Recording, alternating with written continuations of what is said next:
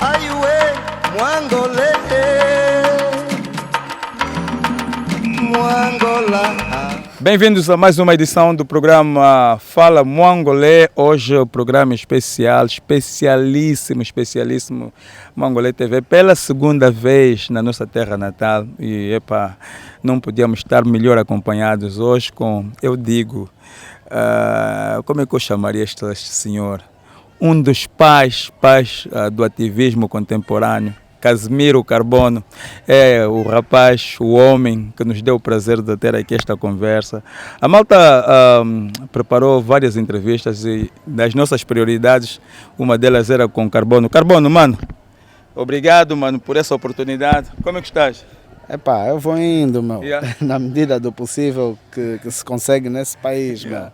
meu. Muito stress, muita cena, mas nós somos naturalmente guerreiros, meu. O facto de vivermos aqui, somos mesmo já guerreiros nativos, então, é aguentar, é travar as batalhas dia após dia e, ir se moldando, meu, se forjando nessa sociedade. E estamos aqui, estamos firmes, meu.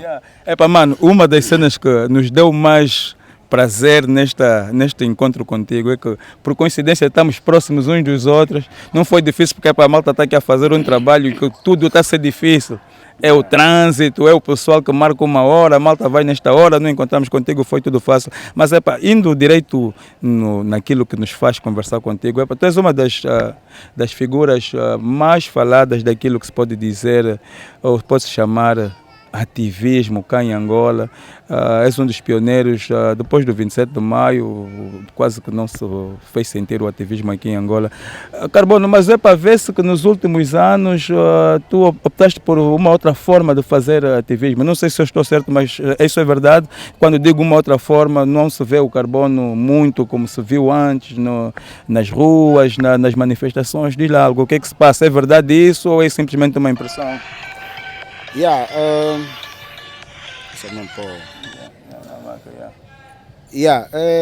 Na verdade, nós temos, o carbono é um pouco produto das facilidades, é um pouco produto dos contornos que as coisas tomam, né?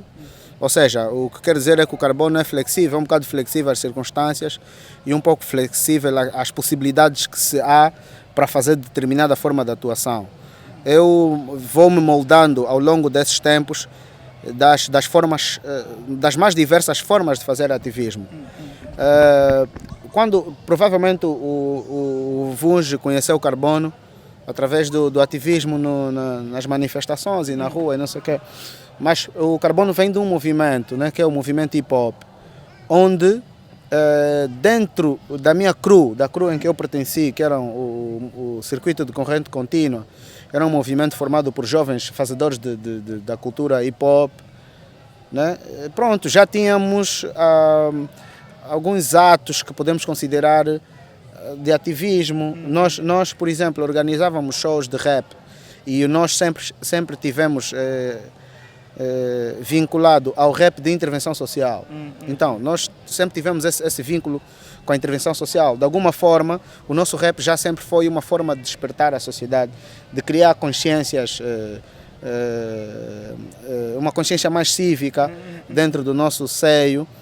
E isso fazíamos através de shows de hip-hop, fazíamos através de promoção de rap, desse tipo de rap de intervenção social. E não só dentro dos shows, nós procurávamos sempre incluir debates, palestras. Eu me lembro que um dos intervenientes numa das palestras na altura, aí para os princípios de 2000, foi o Vicente Pinto de Andrade e outros. Nós já no Elinga Teatro, no Centro Cultural Agostinho Neto, já organizávamos assim esses encontros onde punhamos a juventude ou algum dos mais velhos ou alguma pessoa versada em alguma ciência que dominasse, punhamos essa pessoa a discutir um tema com a juventude. Já tínhamos esses atos. Provavelmente isso pronto, também... Não foi assim tão visível? Não foi tão visível, claro, porque naquela altura, havia uma pequena diferença com relação hoje em termos de divulgação. Hoje em dia nós temos a internet, temos o Facebook, o YouTube, e nessas plataformas quase que instantaneamente tu consegues expor um vídeo ou uma informação ao dispor de um número grande de pessoas. Naquela altura não, nós era com panfletos que espalhávamos a mensagem e depois era um grupo de 100, 200 pessoas que iam aos encontros e pronto, lá cingia-se um bocado para esse grupo. Mas hoje já não, hoje tem essas facilidades, então quando surge o carbono das redes sociais e das marchas e das reuniões públicas, já era nessa era, né? O que facilitou o conhecimento das pessoas, ou que facilitou a identificação do carbono como sendo um dos pioneiros desse movimento. Então, prontos, atualmente o que acontece é que, tal como você sabe, não há tanta facilidade em fazer atualmente uma marcha. Por quê? Porque houve tempos, ou seja, as marchas começaram a diminuir com o escalar da violência. À medida que aumentava a violência, claro, aumentava ou diminuía a capacidade de organização e diminuía a capacidade de marcha do movimento. Isso por quê? Porque as pessoas todas que estão no movimento, de alguma forma já sofreram violência. Uns são um bocadinho mais persistentes que os outros nem tanto, e cria-se esses grupos, né? Cria-se aqueles que conseguem insistir, aqueles que conseguem continuar a dar corpo a esse movimento. Mas tu te colocarias na posição dos menos insistentes no que concerne as marchas? Acho que sim, eu acho dos que menos sim. consistentes. Dos menos insistentes. Eu acho que sim, por quê? Porque nós temos pessoas como Nito Alves, como Luati Beirão, que estão todos os dias a apanhar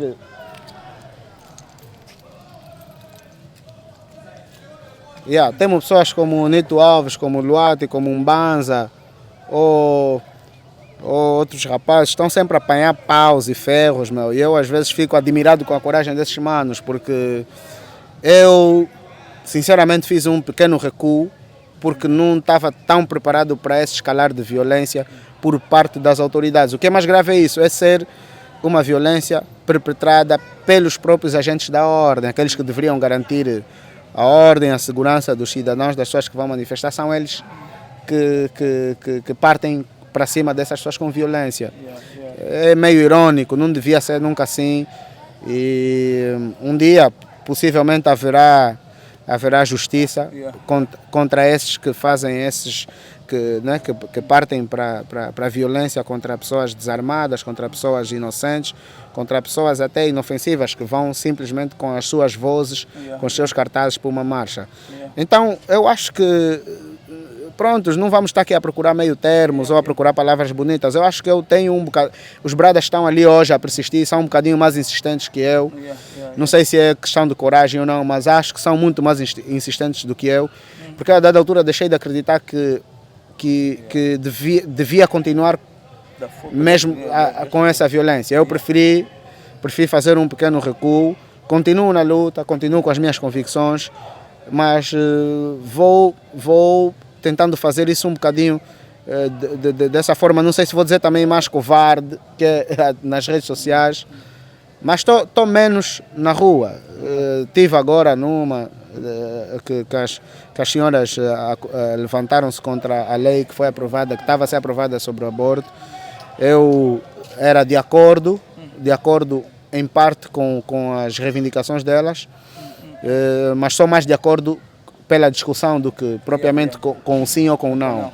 Sou mais de acordo com a discussão. Eu acho que a discussão é o ponto de equilíbrio, ou deve ser o ponto de equilíbrio entre o sim e o não.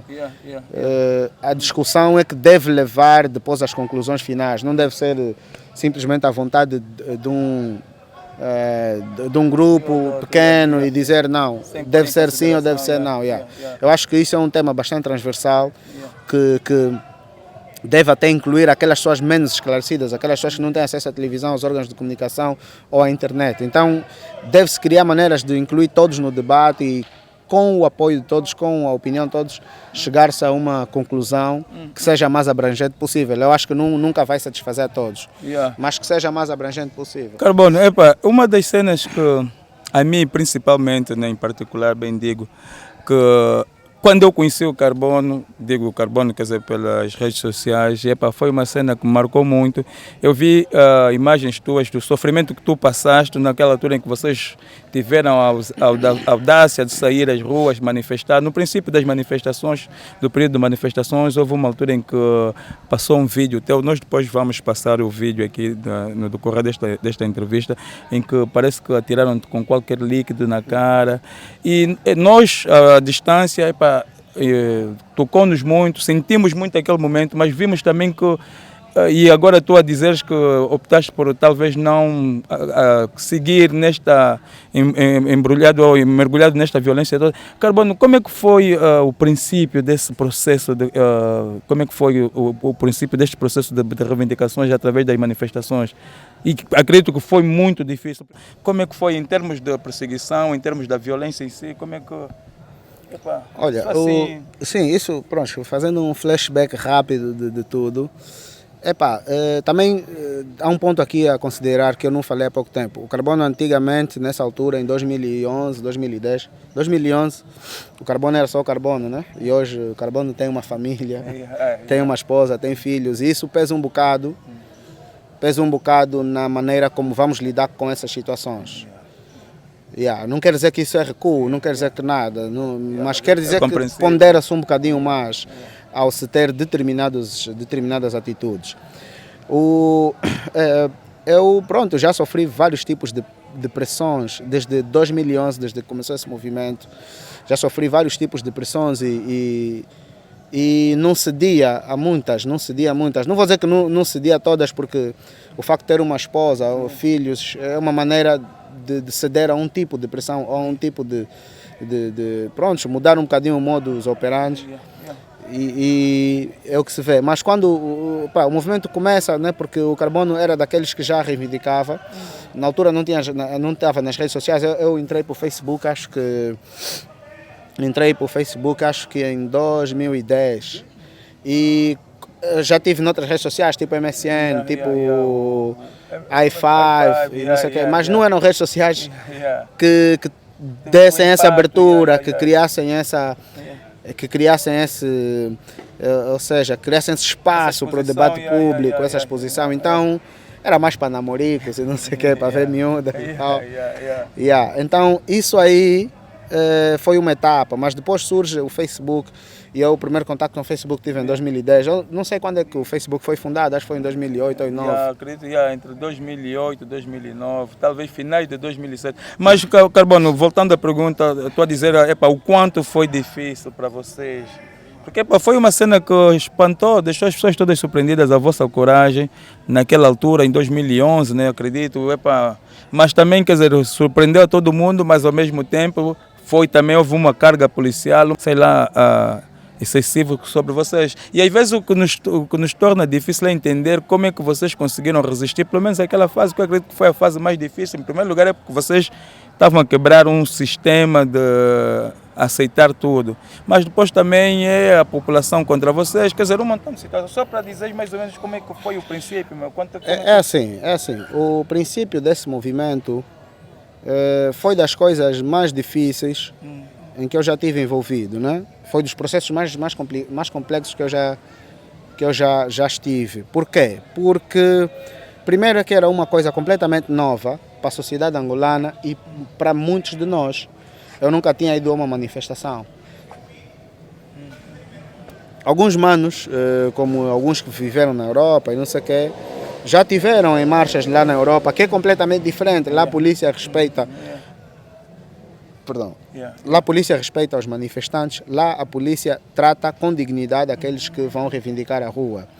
E aqui não. Aqui nós temos uma polícia que é completamente subserviente ao poder. E o que acontece é que muitos até agem por iniciativa própria para mostrar, agradar aqueles que estão em cima, o poder político. Nós, em Angola nunca tinha havido um movimento como este, que surgiu determinado a ir a uma marcha à meia-noite do dia 7 de março de 2011, prometeu que ia e foi. Na altura, quando fomos a essa marcha, éramos 14 pessoas, ou 17, se não tenho erro, não tenho bem agora o número, mas a história está escrita e tem registros que dizem exatamente qual é o número. Éramos um grupo de pessoas que, em parte, alguns começaram a se juntar através de uma convocatória que foi feita pela internet, uma convocatória anónima. Ninguém de nós sabia quem era a pessoa. Até hoje, muitos não sabem. Eu não sei se sei. Quem era a pessoa? Mistério, né? Foi uma convocatória misteriosa, mas que felizmente deu-nos aquela luz de que sim, é possível fazer. Porque vimos a envolvência das pessoas na altura. Foi de grande adesão, foi de grande destaque mesmo. Aquilo transbordou a internet, aquilo falou-se nos táxis, falou-se na rua, falou-se nas praças. Então, com este impulso que dava, e depois víamos de exemplos como os exemplos da Primavera Árabe, em que em alguns casos até já tinha dado resultado, que foi o caso da Tunísia, se não estou errado. Já tinha resultado. Então nós, imbuídos desse espírito de que afinal isso é uma luta digna e que nos cabe, sim. Lá, depois do espetáculo no dia 28 ou 27 de fevereiro, em que o Luata apareceu publicamente a fazer ainda menção a essa marcha. Eu estava no palco a filmar, eu trabalho um bocadinho com multimédia também, estava eu no palco a filmar o show e estava eu no palco a filmar o show com os outros manos, com o Rui e o Mona. Fotografias e filmagem, estamos a fazer cobertura do evento. E porra, quando eu vejo o Luata fazer aquela menção, a marcha, eu disse, porra, esse é o gajo que estamos a precisar, porque dias antes nós já tínhamos impressos uns panfletos e andamos a distribuir também anonimamente para espalhar pela cidade. Tanto é que quando depois o panfleto oficial ficou aquilo que eu tinha feito já inicialmente. Olha, quando vimos o Luata fazer isso, esse apelo à marcha, nós dissemos, porra, esse é o gajo, estamos a precisar. Lá eu já tinha comunicação com o Luata, antes pouca comunicação, mas depois essa comunicação foi crescendo. E hoje posso considerar que somos bons amigos. Eu ligo para o Luata e pergunto como é que tem aqui esse vídeo que tu falas isso, achas que tem algum mal eu publicar isso na internet? Na altura já dominavas um bocadinho as redes, YouTube, não sei o que. Eu disse, porra, eu posso publicar isso, brother. Ele disse, não faz mal, ele disse, é mesmo para espalhar e não sei o que. Lá batalhamos aí para pôr umas pequenas legendas porque não se percebia bem tudo o que ele dizia. Pusemos as legendas e pusemos o vídeo, olha, o vídeo tornou-se viral. Aquele vídeo tornou-se viral e quer dizer, o impacto que a marcha já tinha, que a convocatória já tinha dias antes, semanas antes, com o anúncio aquilo foi uma explosão. Foi uma explosão. Então nós, depois do lado fazer aquele apelo e já começou a haver muita repercussão. E muita repercussão, não só dos médias aqui, da própria polícia, e já ameaçavam, já criavam situações de tipo, tentavam intimidar as pessoas com aquele terror que estamos habituados. Lá, quando surgiu aquilo, nós dissemos, não podemos recuar, mas nós fizemos apologia a isso, publicitamos essa concentração, não podemos recuar. Nós não tínhamos ainda acesso sequer à lei, da Lei 16/91, que regula as manifestações, o direito de reunião e manifestação. Nem tínhamos sequer essa lei e naquilo estava marcado por uma hora que fica muito desfasada segundo a lei, né? Era meia-noite. Lembro que era meia-noite.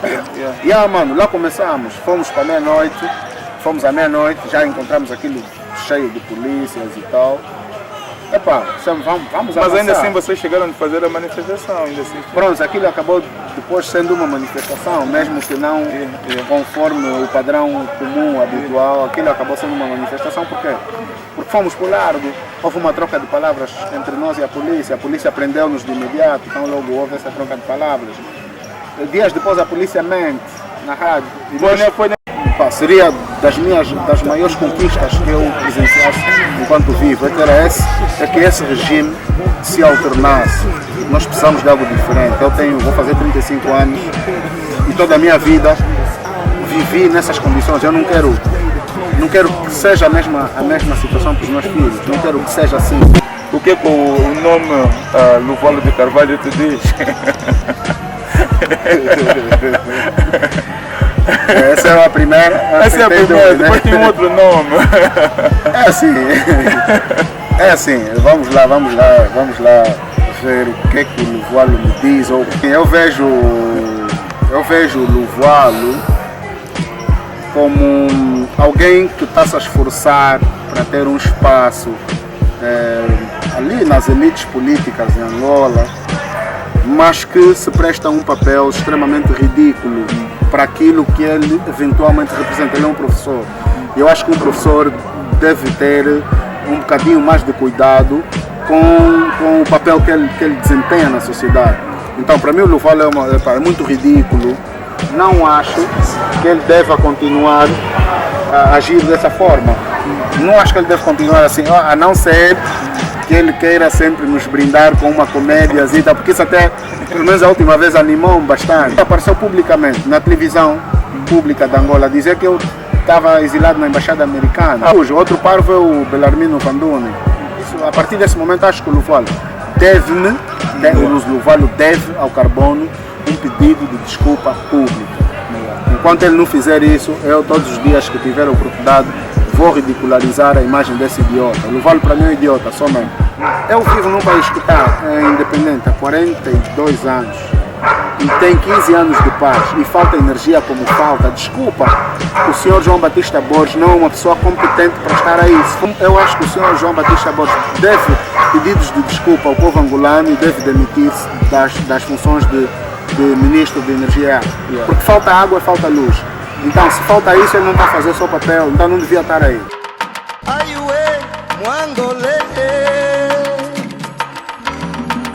Muangola.